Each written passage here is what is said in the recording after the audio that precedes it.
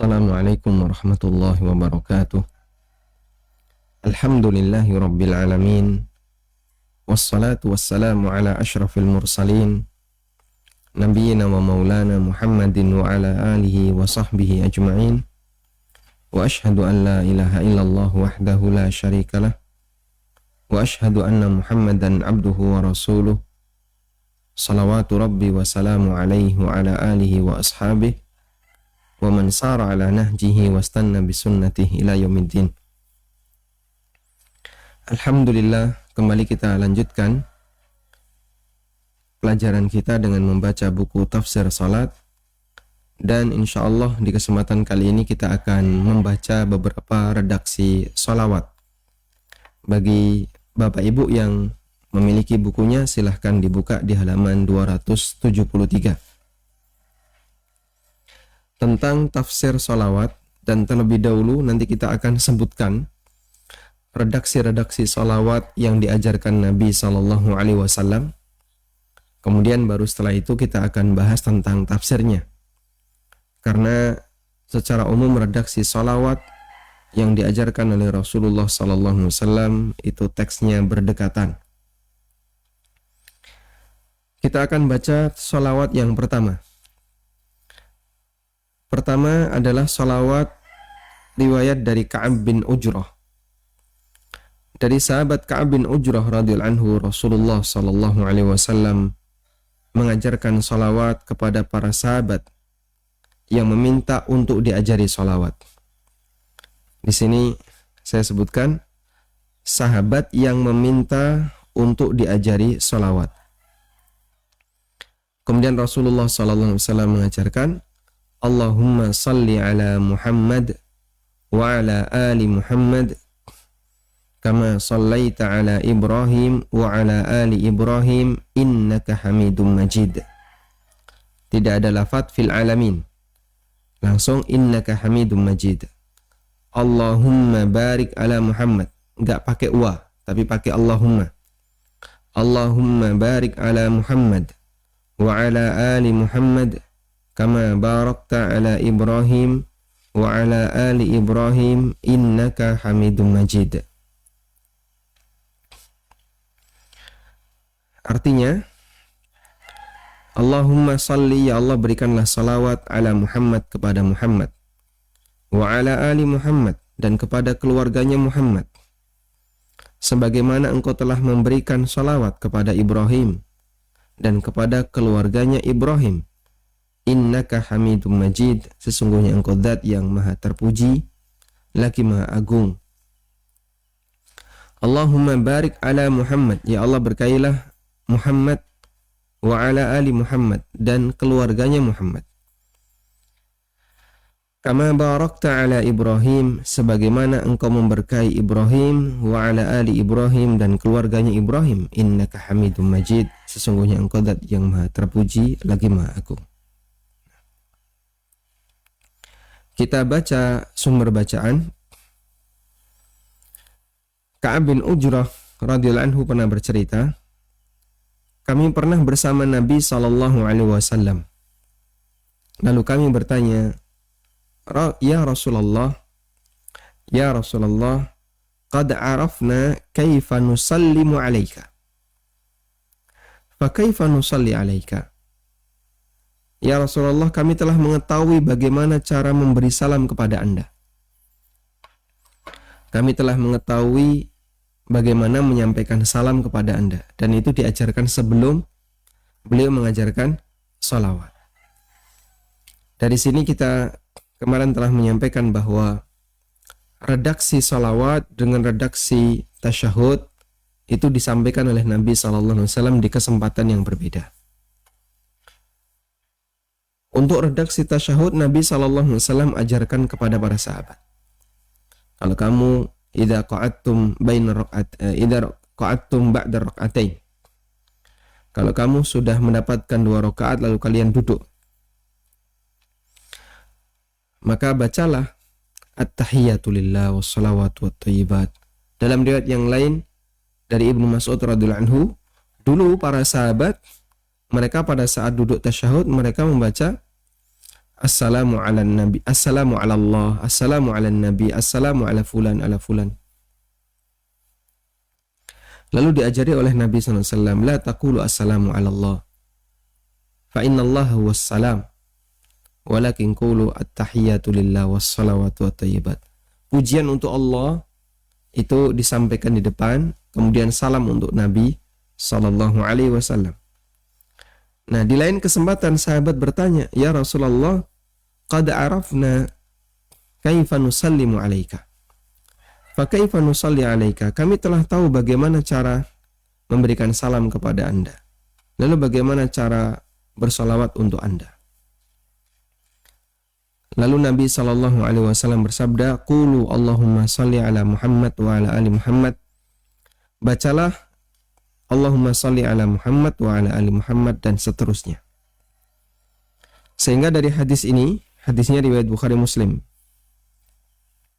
kita bisa menyimpulkan bahwa kalimat ini diajari oleh Rasulullah sallallahu alaihi wasallam ketika sahabat meminta untuk diajarkan tentang bagaimana cara bersolawat untuk Nabi sallallahu alaihi wasallam. Dan Nabi sallallahu alaihi wasallam ketika mengajarkan sesuatu, pasti beliau ajarkan yang terbaik. Karena beliau menghendaki umatnya melakukan amal terbaik. Selanjutnya, salawat yang kedua adalah salawat dari Abu Humaid As-Sa'idi radhiyallahu anhu, bahwa beberapa sahabat meminta diajari salawat. Kemudian Nabi SAW bersabda, Allahumma salli ala Muhammad wa azwajihi wa dhurriyyatihi. Allahumma salli ala Muhammad wa azwajihi wa dhurriyyatihi kama sallaita ala ali Ibrahim. Wa barik ala Muhammad wa azwajihi wa dhurriyyatihi kama barakta ala ali Ibrahim innaka Hamidum Majid. Lebih pendek ya. Allahumma, ya Allah, berikanlah salawat kepada Muhammad, para istri beliau dan keturunan beliau, sebagaimana engkau memberikan salawat kepada keluarga Ibrahim. Berkailah Muhammad, para istrinya dan keturunannya, sebagaimana engkau telah memberkahi keluarga Ibrahim. Innaka Hamidum Majid. Dan di sini Innaka Hamidum Majid hanya ditaruh di belakang, terakhir. Tapi ada tambahan wa azwajihi wa dzurriyyatihi. Dan lebih pendek ya. Karena kama shallaita ala ali Ibrahim. Kalau di hadis Ka'ab bin Ujrah ada lafaz kama shallaita ala Ibrahim wa ala ali Ibrahim. Sehingga Nabi Ibrahim disebutkan 2 kali. Ala Ibrahim dan ala ali Ibrahim. Tapi kalau ini disebutkan sekali. Baik. Silakan latihan untuk dihafalkan. Allahumma salli ala Muhammad wa azwajihi wa dzurriyyatihi kama shallaita ala ali Ibrahim. Wa barik ala Muhammad wa azwajihi wa dzurriyyatihi kama barakta ala ali Ibrahim. Innaka Hamidum Majid. Sumber bacaan dari Abu Humaid As-Sa'idi radhiyallahu anhu, bahwa para sahabat bertanya, "Ya Rasulullah, bagaimana cara kami memberikan salawat kepada Anda?" Kemudian Rasulullah sallallahu alaihi wasallam bersabda, "Qulu, ucapkanlah, Allahumma salli ala Muhammad wa azwajihi wa dzurriyyatihi kama sallaita ala ali Ibrahim wa barik ala Muhammad wa azwajihi wa dzurriyyatihi kama barakta ala ali Ibrahim innaka Hamidum Majid." Hadis riwayat Bukhari. Semoga kita bisa menghafalkannya, karena hadis ini adalah hadis yang sahih riwayat Bukhari, sehingga kita punya 2 redaksi ya, dari bacaan salawat yang sahih. Selanjutnya salawat yang ketiga dari Abu Mas'ud Al-Ansari. Dari Abu Mas'ud Al-Ansari radhiyallahu anhu, bukan Ibnu Mas'ud. Ada Abu Mas'ud, ada Ibnu Mas'ud. Kalau Ibnu Mas'ud itu berasal dari Mekah, Al-Muhajirin. Kalau Abu Mas'ud ini berasal dari Madinah, Abu Mas'ud Al-Ansari. Rasulullah sallallahu alaihi wasallam mengajarkan salawat. Allahumma salli ala Muhammad wa ala ali Muhammad kama sallaita ala ali Ibrahim. Wa barik ala Muhammad wa ala ali Muhammad kama barakta ala ali Ibrahim. Fil alamina innaka Hamidum Majid. Ya Allah, berikanlah salawat kepada Muhammad, keluarga Muhammad, sebagaimana Engkau memberikan salawat kepada keluarga Ibrahim. Berkailah Muhammad dan keluarga Muhammad, sebagaimana Engkau memberkahi keluarga Ibrahim. Fil alamina innaka Hamidum Majid. Baik, coba kita baca asal-usulnya. Abu Mas'ud Al-Ansari bercerita, Rasulullah Sallallahu Alaihi Wasallam pernah mendatangi kami, dan ketika itu kami berada di majelis Sa'ad bin Ubadah. Lalu Bashir bin Sa'ad bertanya, Ya Rasulullah, Allah memerintahkan kami untuk memberikan salawat kepada Anda. Bagaimana cara bersalawat untuk Anda? Masya Allah. Jadi sahabat mendapatkan perintah yang redaksinya global dalam Al-Quran. Di surat Al-Ahzab yang kemarin kita singgung. Ya ayyuhalladzina amanu sallu alaihi wasallimu taslima. Wahai orang-orang yang beriman, berikanlah salawat dan salam untuk Nabi sallallahu alaihi wasallam. Lalu mereka bertanya kepada Rasulullah sallallahu alaihi wasallam, Allah perintahkan kami untuk seperti ini. Lalu bagaimana caranya? Kemudian Nabi sallallahu alaihi wasallam terdiam hingga kami batin, andai tadi beliau tidak ditanya masalah itu. Jadi, orang kalau ditanya kok diam, maka yang bertanya jadi apa? Sungkan. Jika yang ditanya itu lebih rendah dibandingkan yang bertanya, dimarahi. Ditakoni kok menengai, ditanya kok diam saja. Tapi kalau yang ditanya itu yang lebih tinggi derajatnya, maka yang bertanya jadi malu sendiri. Loh, kok saya tanya kok nggak dijawab, ya ada apa? Itu kalau terjadi komunikasi ya.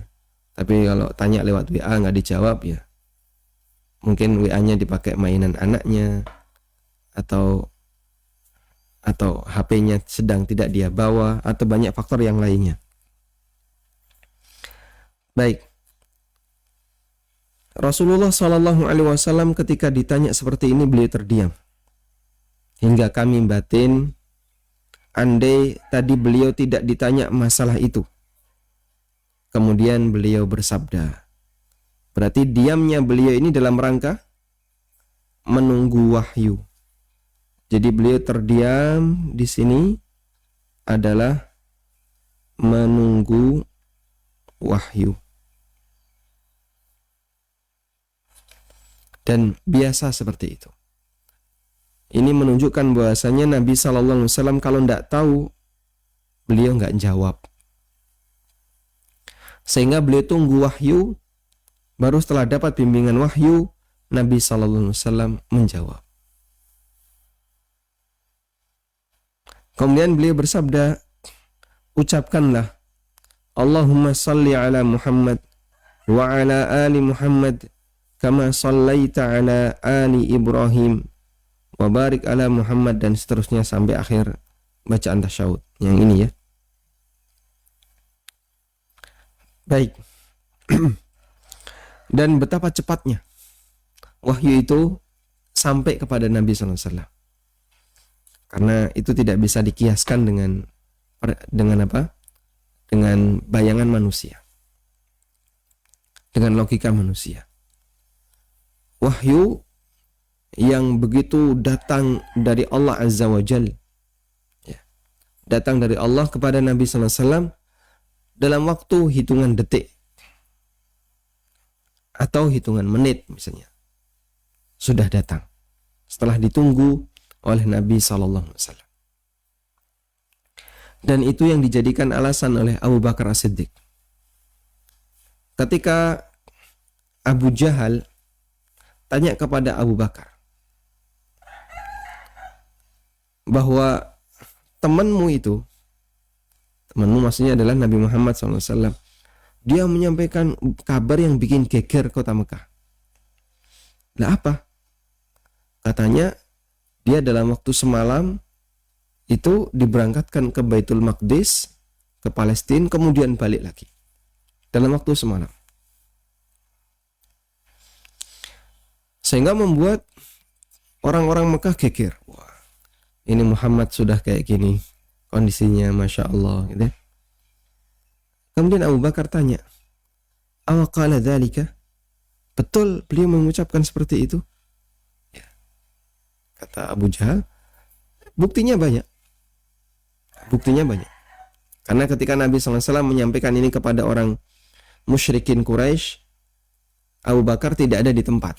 Abu Bakar di tempat yang lain. Ketika Abu Bakar mendapatkan info dari Abu Jahal, maksudnya Abu Jahal adalah, kita mau buktikan Abu Bakar ini tetap percaya atau tidak sama Muhammad. Kemudian Abu Bakar tanya, awaqala dzalika? Betul beliau ngomong kayak gitu? Betul, buktinya banyak. Kemudian Abu Bakar radhiyallahu anhu mengatakan, saya tidak heran. Andaikan beliau menyampaikan yang lebih aneh daripada itu, saya akan percaya.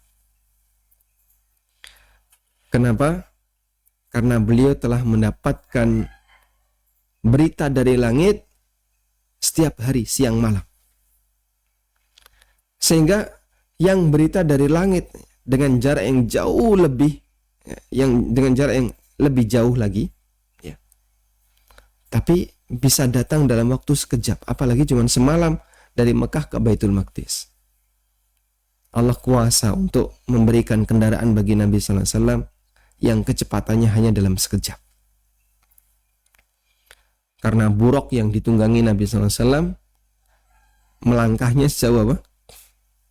Pandangan matanya. Dia melangkah sejauh pandangan matanya. Sehingga kaki belakangnya baru lompat dari titik A, kaki depannya sudah berada di sejauh pandangan matanya.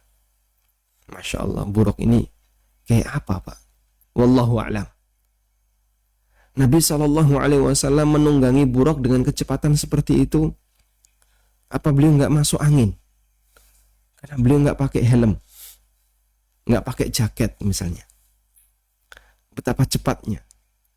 Ya tidak bisa dibayangin. Karena ini di luar nalar manusia. Jangankan seperti itu. Nabi SAW ketika Mi'raj ke atas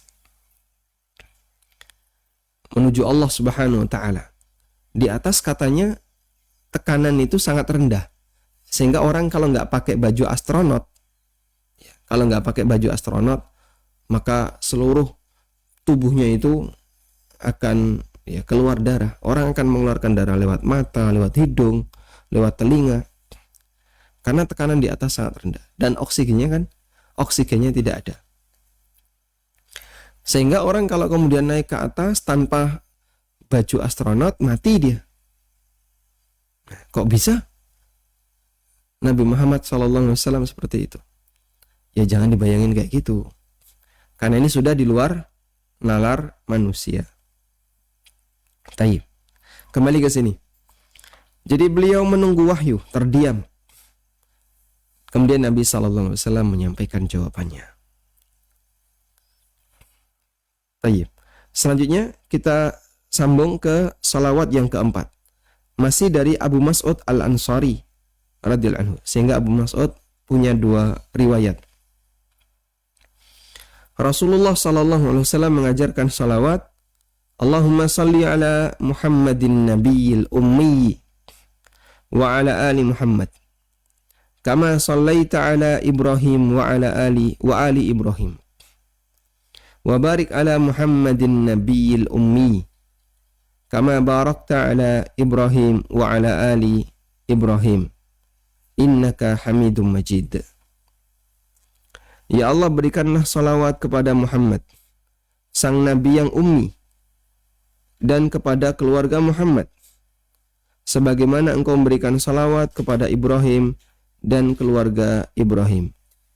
Wa barik ala Muhammad, berkailah Muhammad, sang Nabi yang ummi, kama barakta ala Ibrahim wa ala ali Ibrahim, sebagaimana engkau memberikan keberkahan kepada Ibrahim dan keluarga Ibrahim. Innaka Hamidum Majid, sesungguhnya engkau zat yang maha terpuji lagi maha agung. Abu Mas'ud Al-Ansari bercerita, datang seseorang lalu duduk di hadapan Rasulullah sallallahu alaihi wasallam, dan ketika itu kami berada di dekat beliau. Orang ini mengatakan, ya Rasulullah, kami telah mengetahui bagaimana cara memberi salam kepada Anda. Lalu bagaimana cara memberi salawat kepada Anda ketika kami mengerjakan salat? Rasulullah SAW terdiam hingga kami berangan-angan andai orang ini tidak bertanya seperti itu. Lalu beliau bersabda, jika kalian ingin bersalawat kepadaku, maka ucapkanlah kalimat di atas. Allahumma salli ala Muhammadin nabiyil ummi, dan seterusnya sampai akhir hadis. Insya Allah nanti kita akan bahas tafsirnya ya. Kenapa Nabi SAW di sini disebut ummi dan makna kata ummi yang menjadi status Rasulullah Sallallahu Alaihi Wasallam. Karena kata ummi juga Allah sebutkan dalam Al-Quran dalam beberapa kata ummi.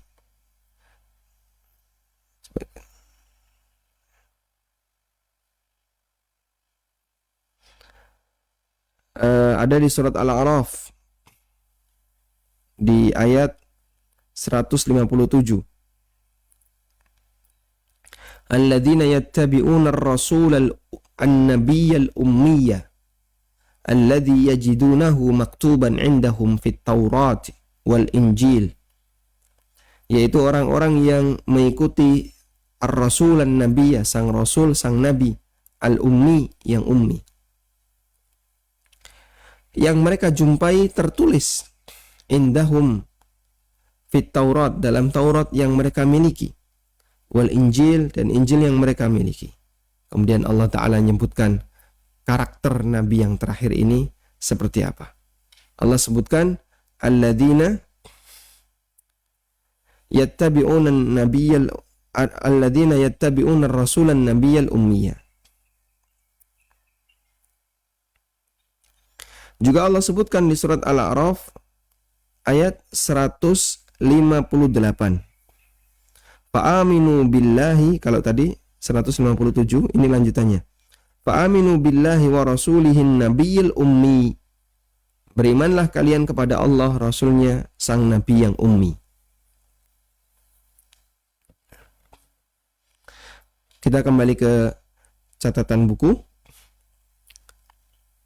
Nabi SAW ketika ditanya, beliau terdiam, dan kebiasaan beliau ditanya dan beliau menunggu wahyu, beliau akan terdiam. Sampai kemudian beliau menyampaikan salawat di atas. Allahumma salli ala Muhammadin an-nabiyil ummi. Selanjutnya kita akan baca salawat yang kelima. Salawat dari Abu Hurairah radhiyallahu anhu. Rasulullah sallallahu alaihi wasallam mengajarkan bacaan salawat. Allahumma salli ala Muhammad wa ala ali Muhammad wa barik ala Muhammad wa ala ali Muhammad kama sallaita wa barakta. Di sini digabung ya, digandeng. Kama sallaita wa barakta ala Ibrahim wa ali Ibrahim innaka Hamidum Majid. Dan ini redaksi yang paling pendek. Cuman 2 baris. Yang lain rata-rata 3. Ini cuman 2 baris. Ini tadi juga ada yang pendek. Ini 2 baris tapi lebih sedikit. Innaka Hamidum Majid di bawahnya. Ini dengan tulisan Arab yang fontnya sama. Yang paling pendek salawatnya Abu Hurairah. Allahumma salli ala Muhammad wa ala ali Muhammad wa barik ala Muhammad wa ala ali Muhammad kama shallaita wa barakta ala Ibrahim wa ali Ibrahim innaka Hamidum Majid. Abu Hurairah radhiyallahu anhu menceritakan bahwa para sahabat bertanya, "Ya Rasulullah, bagaimana kami memberi salawat kepada Anda?" Lalu Nabi SAW mengatakan, "Ucapkanlah Allahumma salli ala Muhammad wa ala ali Muhammad wa barik ala Muhammad wa ala ali Muhammad kama sallaita wa barakta ala Ibrahim wa ali Ibrahim innaka Hamidum Majid." Dan dari apa yang tadi kita sampaikan, kita bisa membuat sebuah kesimpulan ya, bahwa sholawat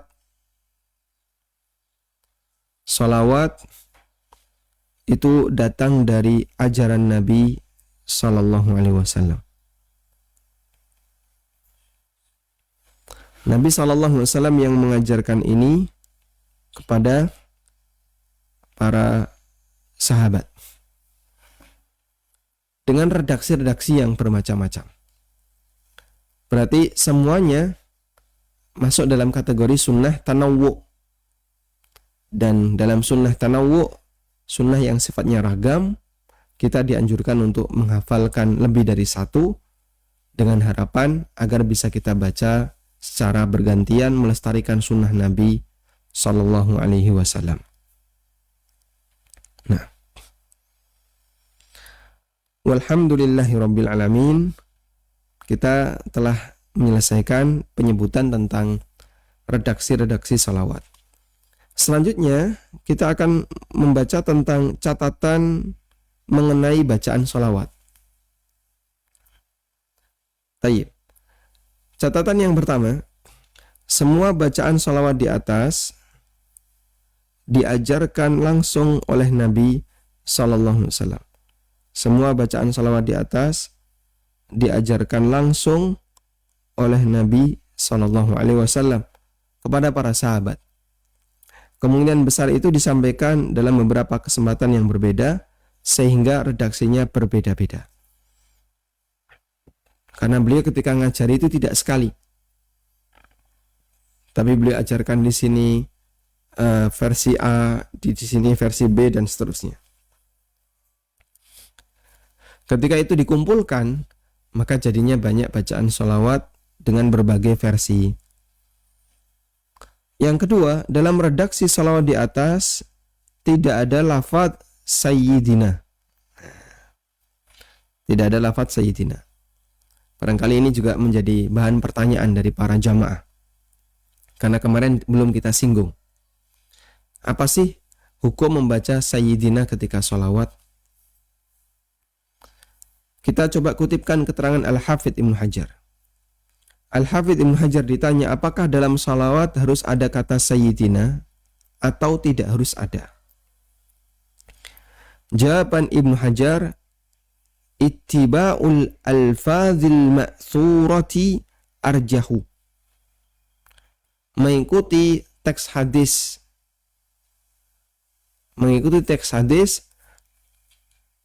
ittiba, mengikuti lafaz al-ma'thur yang disebutkan dalam dalil, mengikuti teks hadis yang disebutkan dalam dalil, arjahu, itu yang terbaik. Itu yang terbaik. Jadi mana yang lebih baik? Kita membaca Allahumma salli ala sayyidina Muhammad, ataukah kita membaca Allahumma salli ala Muhammad wa ala ali Muhammad kama shallaita ala Ibrahim wa ala ali Ibrahim? Kata Ibnu Hajar Al-Asqalani, di sini saya menyampaikan Al-Hafidz Ibnu Hajar. Karena kalau saya sampaikan ulama yang mungkin dianggap bukan kelompoknya, orang tidak mau terima. Kata Ibnu Hajar, ikuti saja sesuai dengan teks yang ada, itu lebih bagus, lebih baik. Nah. Kemudian wala yuqal, orang kan sering beralasan, Nabi SAW kenapa beliau tidak menyebut sayyidina dalam lafaz sholawat? La'allahu taraka dzalika tawadu'an minhu.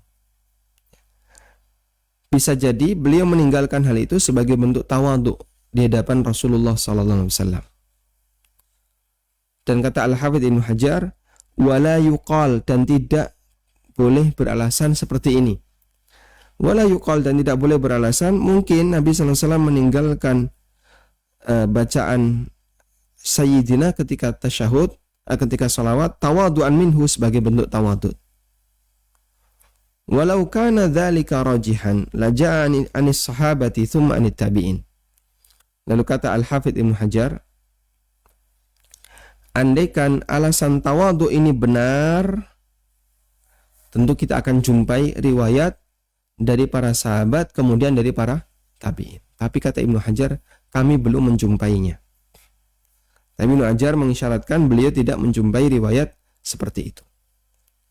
Dan kita tahu beliau adalah seorang hafidz, Al-Hafidz Ibnu Hajar Al-Asqalani. Sehingga ketika beliau mengatakan belum dijumpai riwayat dari keterangan sahabat maupun tabi'in yang menambahkan salawat dengan kata Sayyidina. Nah, sehingga ini salah satu di antara indikasi bahwa Nabi SAW tidak pernah mengajarkannya dan para sahabat tidak membacanya. Beda dengan assalamu alayka ayuhan nabi, diganti dengan assalamu ala nabi, riwayatnya ada dan bahkan banyak. Tapi kalau membaca salawat Allahumma salli ala sayyidina Muhammad, para ulama di masa silam mereka tidak menjumpai riwayat sahabat melakukan seperti itu. Padahal kita tahu orang yang paling mencintai Rasulullah SAW adalah sahabat. Tayyib. Yang ketiga, catatan yang ketiga. Dalam hadis dari Abu Mas'ud Al-Ansari, para sahabat mengatakan, Allah memerintahkan kami untuk memberi salawat kepada Anda. Dan perintah itu ada di surat Al-Ahzab ayat 56. Selanjutnya, inti salawat adalah doa. Inti salawat adalah doa. Kita berdoa agar Allah memberikan kebaikan bagi Nabi-Nya sallallahu alaihi wasallam dalam bentuk salawat.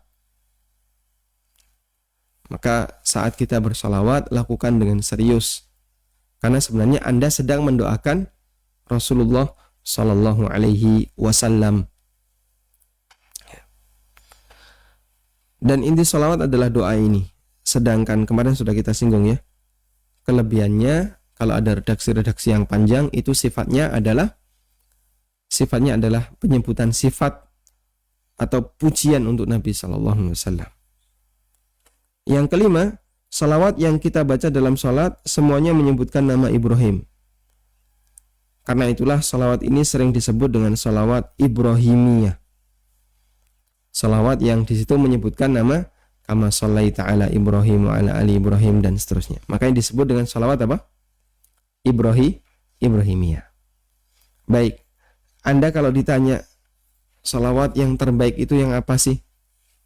Jawaban kita apa? Yang diajarkan Rasulullah sallallahu alaihi wasallam. Baik. Kalimat itu insyaallah semua kaum muslimin sepakat. Terus bagaimana dengan salawat-salawat yang lain? Salawat yang lain kalau tidak diajarkan Nabi sallallahu alaihi wasallam, ya kita akui itu sebagai salawat.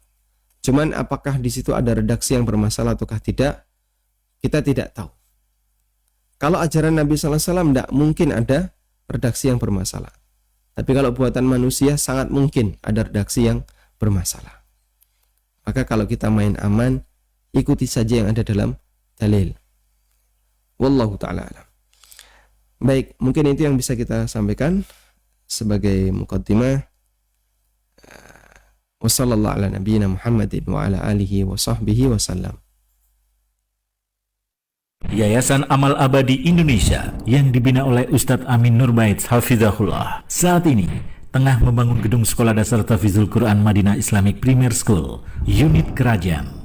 Gedung ini dibangun di atas tanah seluas 646 meter persegi dan perkiraan biaya untuk tahap pertama 2 lantai mencapai 2,6 miliar. Salurkan donasi Anda untuk pembangunan Sekolah Dasar Tahfidzul Quran Madinah Islamic Premier School melalui rekening atas nama Yayasan Amal Abadi Indonesia, Bank Syariah Indonesia dengan kode bank 451, nomor rekening 7441049999.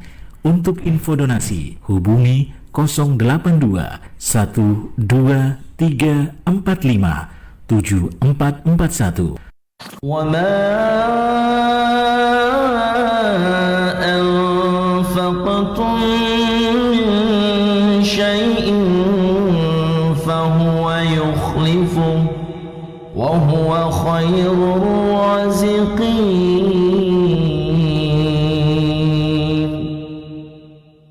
Walhamdulillahirrabbilalamin. Selanjutnya kami persilahkan bagi Anda yang mau bergabung. Silahkan. Assalamualaikum Pak Ustaz. Waalaikumsalam warahmatullahi. Saya dari Mukil Rio Pak Ustaz. Jadi Silahkan Bapak. saya mau nanyakan apakah Allahumma sholli sholatan kamilatan wa sallim salaman dan seterusnya itu bentuk daripada sholawat dan dari riwayat siapa? Dan terus kalau di dalam amalan ibadah saudara-saudara kita yang lahdiyin itu setelah azan itu ada sholawatan, itu kan? Ada sholawatan itu apakah ajaran dari Nabi dan dari mana hadis riwayatnya? Karena setelah azan itu ada sholawatan, puji-pujian dan lain sebagainya. Sedangkan saya belum tahu riwayat hadis tersebut. Jadi saya mohon penjelasannya Pak Ustaz. Nah, Barakallahu fikum Pak Ustaz. wafikum barakallah. Untuk bacaan Allahumma sholli sholatan kalimat kamilatan wa salim salaman ala sayyidina Muhammadin alladzi tunhallu bihil uqadu dan seterusnya yang sering dikenal dengan sholawat nariyah. Pertama, mereka yang mengucapkan ini dan yang mengajarkan ini kepada masyarakat sepakat bahwa ini tidak ada dalilnya. Sehingga kami dan mereka yang membaca sholawat ini sepakat bahwasanya sholawat ini tidak ada dalilnya. Makanya ketika mereka ditanya sholawat ini dalilnya mana? Ya kadang agak sensitif, dikit-dikit kok tanya dalil. Jawabannya malah dikit-dikit tanya dalil. Sehingga kita sama-sama sepakat bahwa sholawat ini tidak ada dalilnya. Tapi sholawat ini dibuat oleh manusia. Ada orang yang membuat sholawat seperti ini. Dan tadi kita sudah menyampaikan satu kaidah bahwa sholawat yang terbaik adalah sholawat yang diajarkan oleh Nabi SAW. Kita sepakat itu. Karena yang diajarkan oleh Rasulullah SAW gak mungkin ada yang bermasalah. Dan pasti itu yang mendapatkan pahala terbesar karena Nabi SAW mengajarkan itu atas wahyu dari Allah Subhanahu wa Ta'ala. Artinya membaca sholawat itu yang lebih dicintai oleh Allah Subhanahu wa Ta'ala. Sedangkan sholawat nariyah, karena ini buatan manusia, ya kita tidak tahu. Ada banyak kemungkinan. Cuman yang ma'ruf di masyarakat, sholawat nariyah itu punya keutamaan. Nah ini yang aneh ya. Buatan manusia, tapi diyakini punya keutamaan. Apa keutamaannya? Jika sholawat ini dibaca sebanyak sekian ribu kali. Dibaca sebanyak sekian ribu kali. Maka seluruh hajat kamu akan terpenuhi, seluruh kebutuhan kamu akan terpenuhi, kamu akan dijauhkan dari ini, dari ini. Tayyib. Nah, bagian ini yang menurut saya agak aneh. Kok bisa kamu bisa mengetahui seperti itu? Karena begini ya, yang namanya balasan amal itu datang dari siapa? Allah Ta'ala yang memberikan balasan. Baik di dunia maupun di akhirat. Sehingga ketika Allah janjikan, siapa yang beramal seperti ini dapat balasan ini. Siapa yang beramal ini dapat balasan ini. Allah Subhanahu wa Ta'ala yang menetapkan. Bukan manusia. Karena Allah yang ngasih balasan. Baik. Konsekuensinya apa? Jika ada sebuah amal Allah yang ngasih balasan, berarti perintah itu harus datang dari Allah Subhanahu wa Ta'ala. Jika ada sebuah amal di mana Allah yang kasih balasan, berarti seharusnya perintah itu datang dari siapa? Dari Allah Azza wa Jalla. Karena itu kalau ada orang yang memerintahkan, ya, siapa yang melakukan ini, maka nanti dapat balasan ini.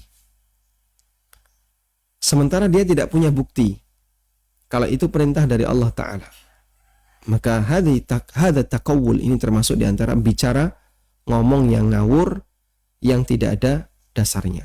Ya, seperti kemarin ya, ada salah satu tokoh yang mengatakan nggak mudik dapat pahala Lailatul Qadar. Misalnya ya, nggak mudik dapat pahala Lailatul Qadar. Kalau nggak mudik karena pertimbangan taat kepada pemerintah, karena pertimbangan dalam rangka untuk menjaga agar tidak terjadi penyebaran COVID, kita sepakat. Tapi kemudian tiba-tiba ada orang mengatakan nggak mudik dapat pahala Lailatul Qadar. Ini yang punya Lailatul Qadar siapa?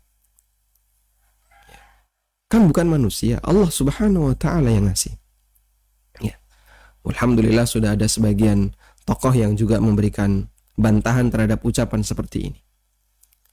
Sehingga kalau orang bicara balasan, maka seharusnya, karena di sini ada amal, kemudian berkonsekuensi kepada balasan amal. Sehingga kalau sudah bicara balasan, berarti amalnya harus datang dari zat yang memberikan balasan. Nah, dalam sholawat nariyah tadi ada kita sepakat itu tidak ada dalilnya. Tapi kemudian ada balasannya.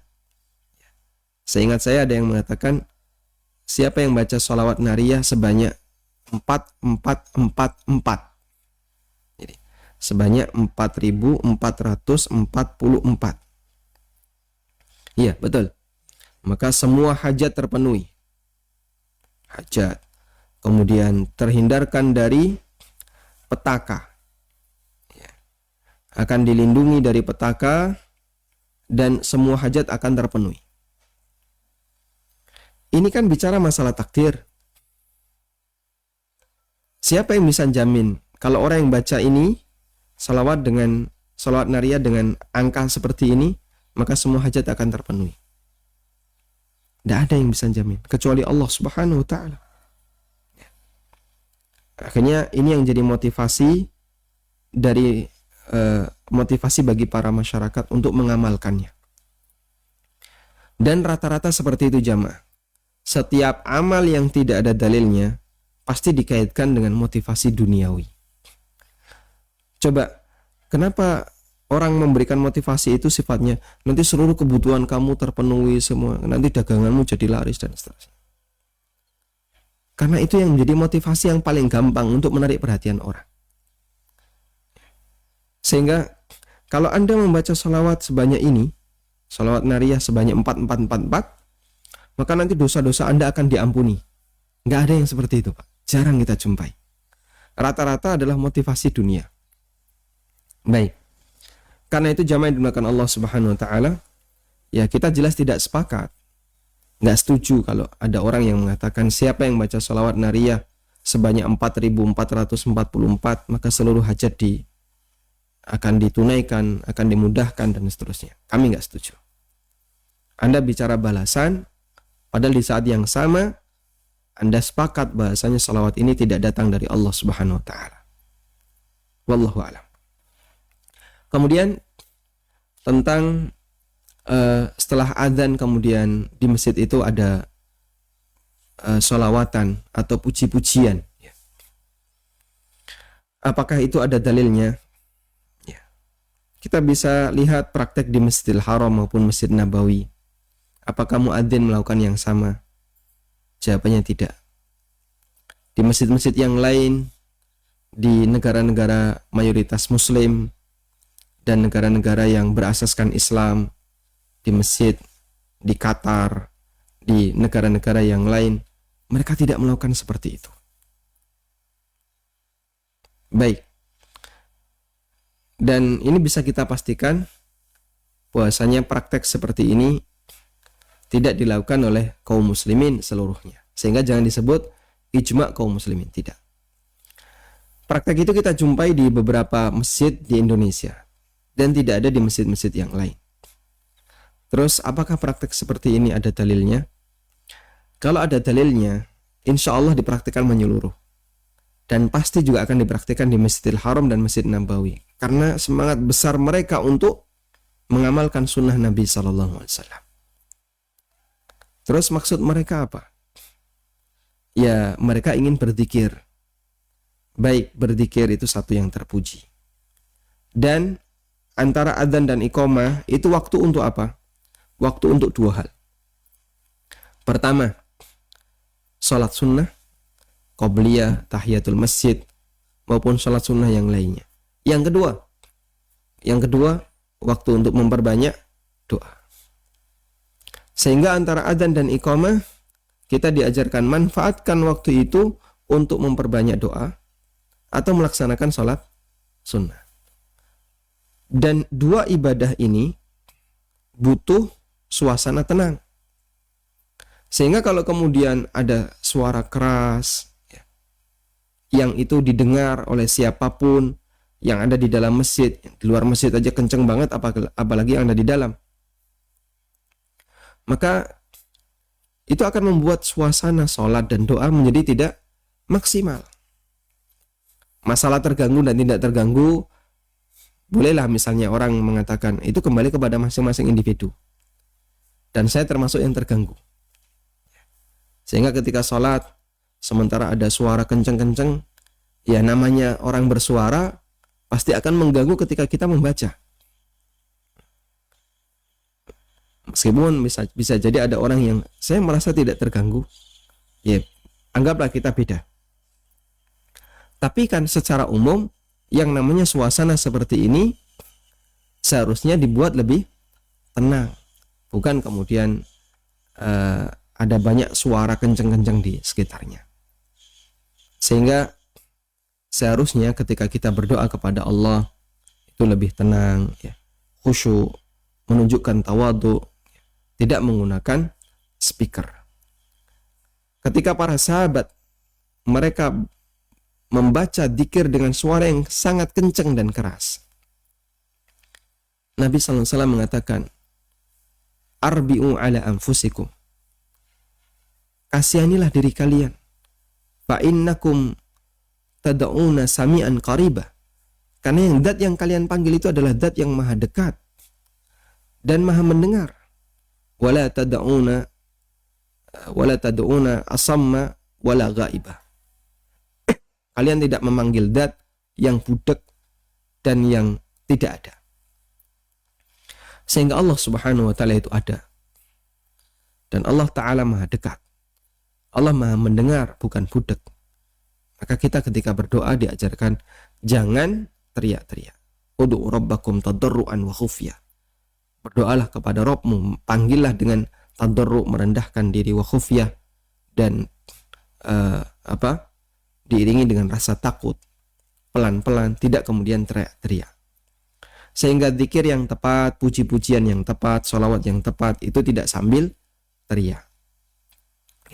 Allah Subhanahu wa taala juga berfirman, wa idza sa'alaka anni wa idza sa'alaka ibadi anni fa inni qarib ujibu da'watad da'i idza da'an. Apabila para hambaku bertanya kepadaku, maka jawablah, fa inni qarib, aku itu dekat. Ujibu da'watad da'i idza da'an, aku merespon da'watad da'i, doa yang dibaca oleh orang-orang yang berdoa. Idza da'ani, ketika mereka berdoa kepadaku. Dan ayat ini punya sababun nuzul, di mana ada orang Badui yang datang kepada Nabi SAW. Ya Rasulullah, Rabb yang kami panggil, aqaribun huwa am ba'id, apakah dia itu jauh ataukah dekat? Kemudian Nabi SAW mendapatkan wahyu, wa idza sa'alaka ibadi anni fa inni qarib, kalau ada hambaku yang bertanya tentangku, jawablah, fa inni qarib, aku itu dekat. Prinsip inilah yang kami jadikan sebagai standar dalam beragama. Sehingga masjid-masjid yang di bawah bimbingan para ulama Ahlus Sunnah, mereka diajari ya tidak perlu pakai speaker dan corong untuk berzikir antara adzan dan iqamah, untuk sholawatan, untuk berdoa. Karena masing-masing punya kepentingan sendiri-sendiri. Yang ini sholat sunnah, yang ini sholat ba'di, qobliyah, yang ini mau berdoa, sehingga butuh suasana yang lebih tenang. Wallahu a'lam. Baik, silahkan. Assalamualaikum Ustaz. Waalaikumsalam warahmatullahi. Ini bertanya buat masalah sholat qobliyah itu, kalau untuk yang sholat di rumah itu batasannya sampai dia dengar iqomah apa selama dia belum sholat wajib gitu Ustaz ya? Ya, beliau apakah mau sholat di masjid atau sholat di rumah? Maksudnya di rumah lah, sendiri, sholat sendiri gitu. Sholat sendiri ya? Baik. Jadi bukan termasuk jamaah masjid? Oh, bukan. Nah, di rumah atau dia sendirilah, mungkin karena itu dia agak menunda gitu. Itu boleh nggak sih Ustaz gitu? Kalau untuk dia kan sholat rawatib juga gitu. Dia pas sholat rawatibnya itu sah gitu loh Ustaz. Assalamualaikum warahmatullahi wabarakatuh. Waalaikumsalam warahmatullahi wabarakatuh. Ketika orang sholat rawatib di rumah, qobliyah terutama ya, batasannya sampai kapan? Jika beliau termasuk jamaah masjid, dalam arti beliau adalah seorang lelaki dewasa yang diharuskan untuk ke masjid dalam situasi normal, tidak ada pandemi, sehingga di masjid pun jamaah pada berdatangan, maka batasan sholat qobliyahnya adalah sampai qomat. Sehingga kalau yang bersangkutan sudah mendengar, oh udah qomat nih, maka jangan melakukan sholat qobliyah, segera berangkat ke masjid. Tapi jika beliau adalah orang yang tidak sholat di masjid, wanita atau orang sakit atau takut sakit ya, seperti dalam kondisi pandemi, kemudian mendengar adzan lalu sholat qobliyah, mendengar adzan mandi dulu gitu ya, setelah mandi beraktivitas apa dulu, baru sholat qobliyah. Masjid sudah qomat, dia baru takbiratul ihram sholat qobliyah. Tapi dia sholatnya di rumah, karena beberapa faktor tadi. Batasnya kapan? Jawabannya tidak mengikuti qomatnya masjid. Tapi batasnya adalah sesuai dengan kapan dia sholat wajib. Begitu selesai qobliyah, bisa langsung disambung dengan sholat wajib. Wallahu a'lam. Silahkan. Assalamualaikum Ustadz. Waalaikumsalam. Ustadz, apakah doa sebelum salam itu hanya satu doa saja atau boleh lebih dari satu doa? Dan bolehkah membaca doa dalam bahasa Indonesia dan membaca doa yang ada di Al-Quran ketika sebelum salam? Syukron. Apakah berdoa sebelum salam itu satu doa saja? Jawabannya tidak satu doa, ada banyak doa. Dan Nabi SAW mengajarkan banyak versi doa sebelum salam. Di buku tafsir salat ada tentang itu. Kami sebutkan kumpulan doa-doa sebelum salam di bagian akhir ya.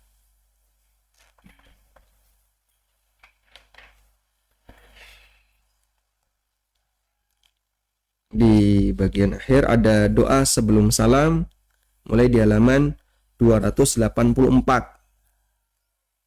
Kemudian di situ saya sebutkan tentang beberapa doa sebelum salam, ada di halaman 290. Pertama, perlindungan dari utang. Kemudian yang kedua, memohon agar diberi kemudahan dalam beribadah. Kemudian juga ada doa Abu Bakar As-Siddiq radhiyallahu anhu. Dan insya Allah yang kami sebutkan di sini memiliki riwayat. Kemudian juga doa agar diampuni semua dosa. Kemudian doa agar dijauhkan dari sifat-sifat buruk dan seterusnya. Insya Allah akan kita bahas bagian ini.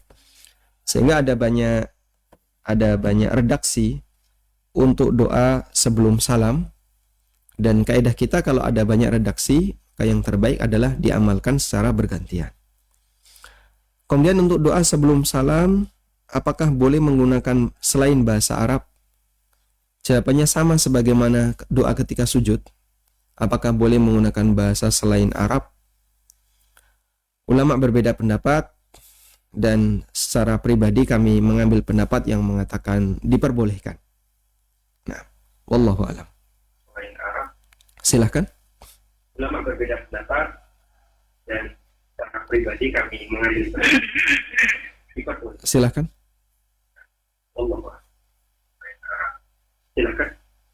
Ulama berbeda pendapat dan secara pribadi kami mengambil pendapat. Silakan.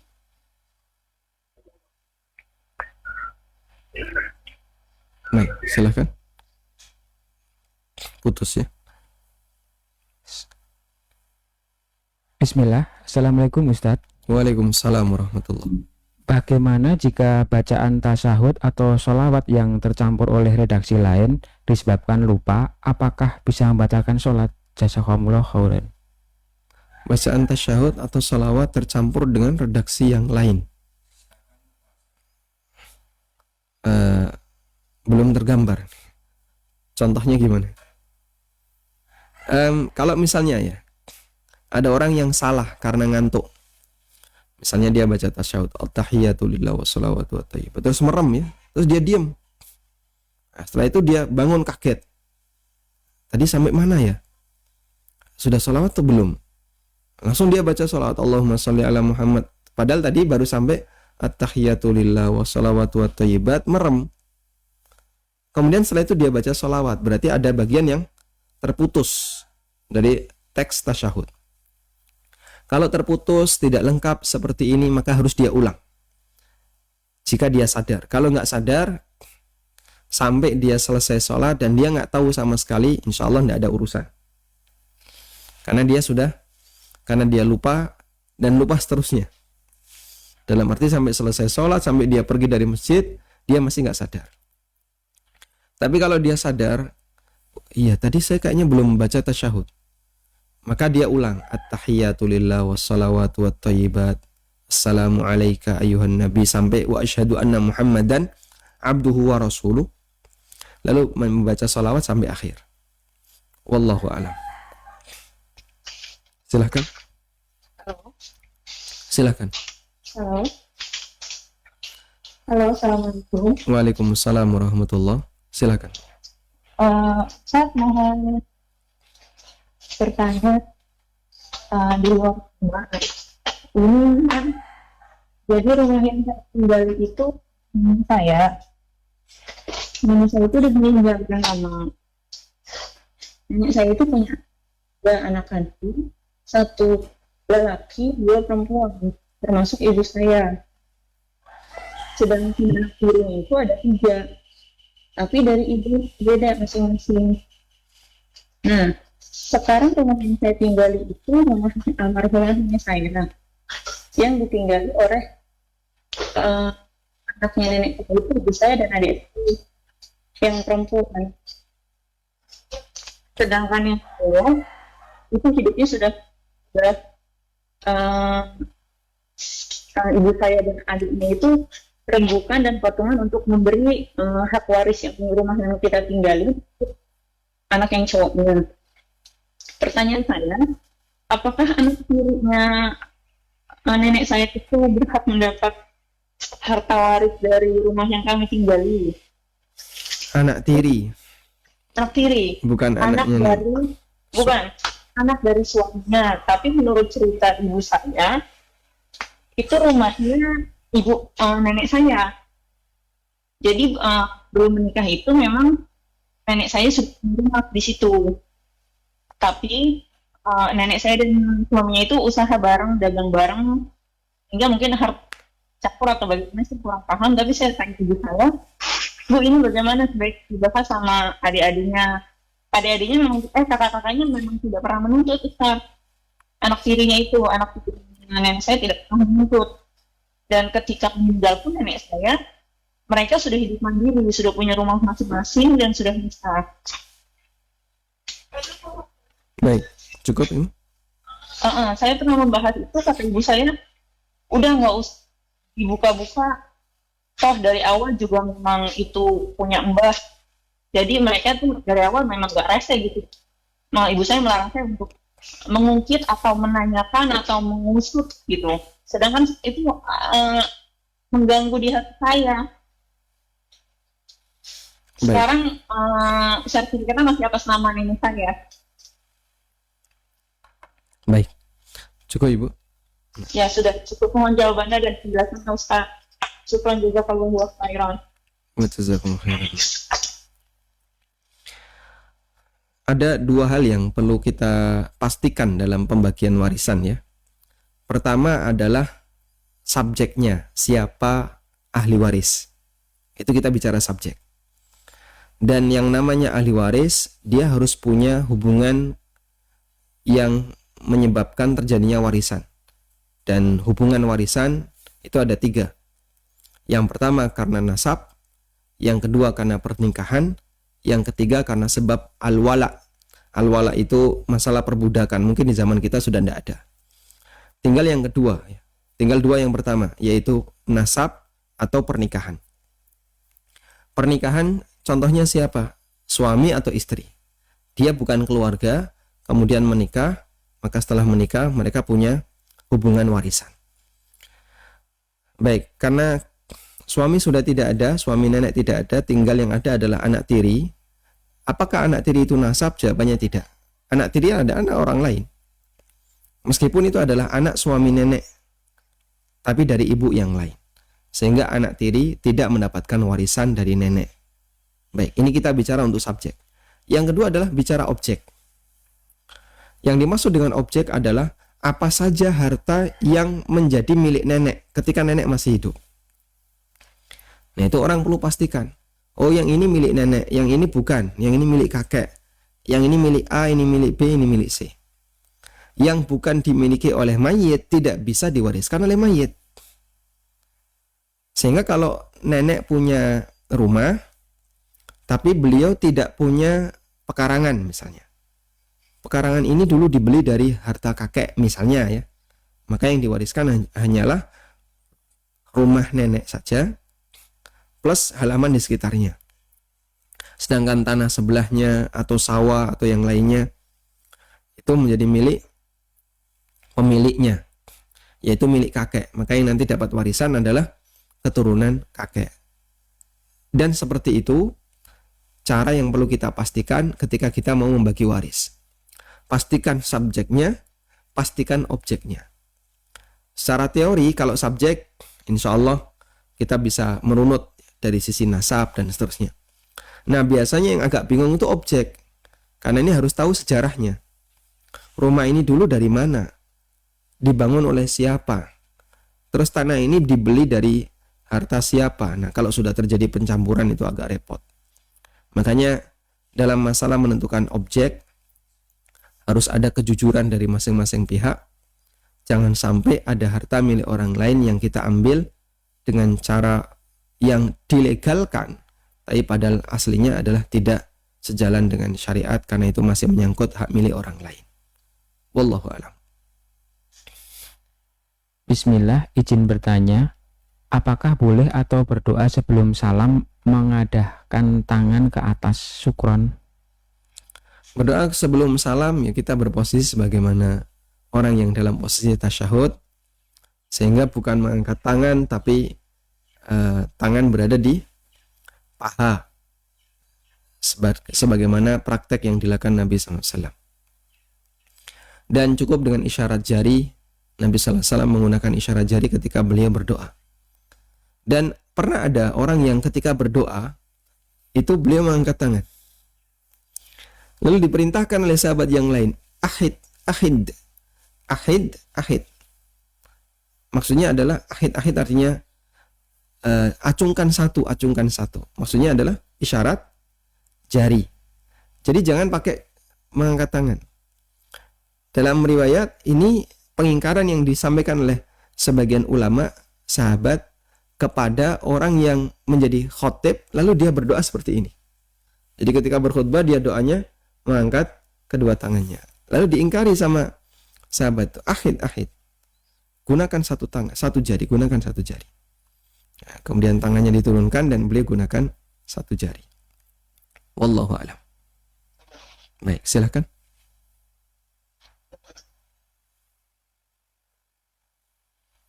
Silahkan, Anda sudah terhubung.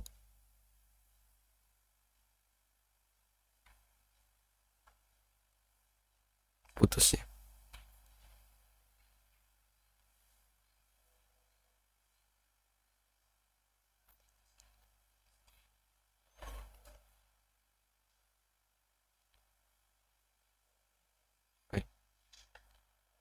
Assalamualaikum Ustadz. Waalaikumsalam warahmatullahi. Jika dalam sholat kita lupa membaca salah satu wajib sholat dan kita sadar ketika masih sholat, kemudian berniat sujud sahwi ketika sebelum salam, tapi qadarullah itu lupa lagi.